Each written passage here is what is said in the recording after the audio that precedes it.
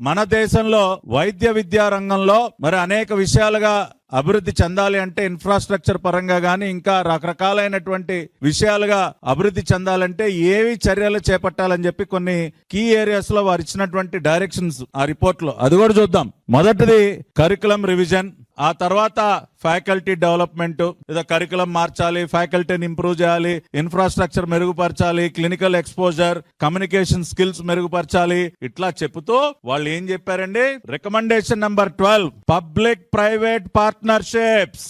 ఏం చెప్పాడు డాక్టర్ గురుమూర్తి? జగన్మోహన్ రెడ్డి వ్యక్తిగత వైద్యుడు, YSR Congress party MP, parliament standing committee సభ్యుడిగా ఉండి ఏమి రికమెండ్ చేశాడు?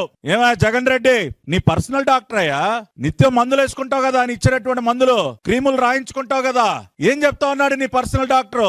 నీ పార్టీ ఎంపీ పార్లమెంట్ స్టాండింగ్ కమిటీలో కూర్చుని ఏమి రికమెండ్ చేశాడు?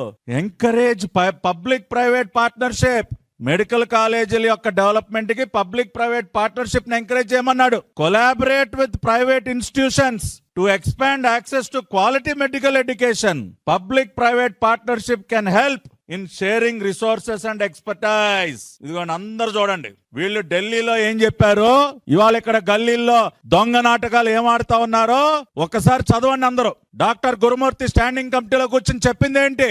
పబ్లిక్ ప్రైవేట్ పార్ట్నర్షిప్ ని ఎంకరేజ్ చేయండి, ప్రైవేట్ ఇన్స్టిట్యూషన్స్ తో కొలాబరేట్ అవ్వండి. Public private partnerships can help in sharing resources and expertise. Public private partnership విధానం ద్వారా మనం మరింత ఎక్స్పర్టైజ్ ని వైద్య విద్యలోకి తీసుకురావచ్చని ఇంత గొప్పగా పార్లమెంట్ లో కూర్చొని స్టాండింగ్ కమిటీలో కూర్చొని రికమెండేషన్ ఇచ్చి సంతకం పెట్టి, ఇవాళ ఏంటి నువ్వు సంతకాలు పెట్టించేది?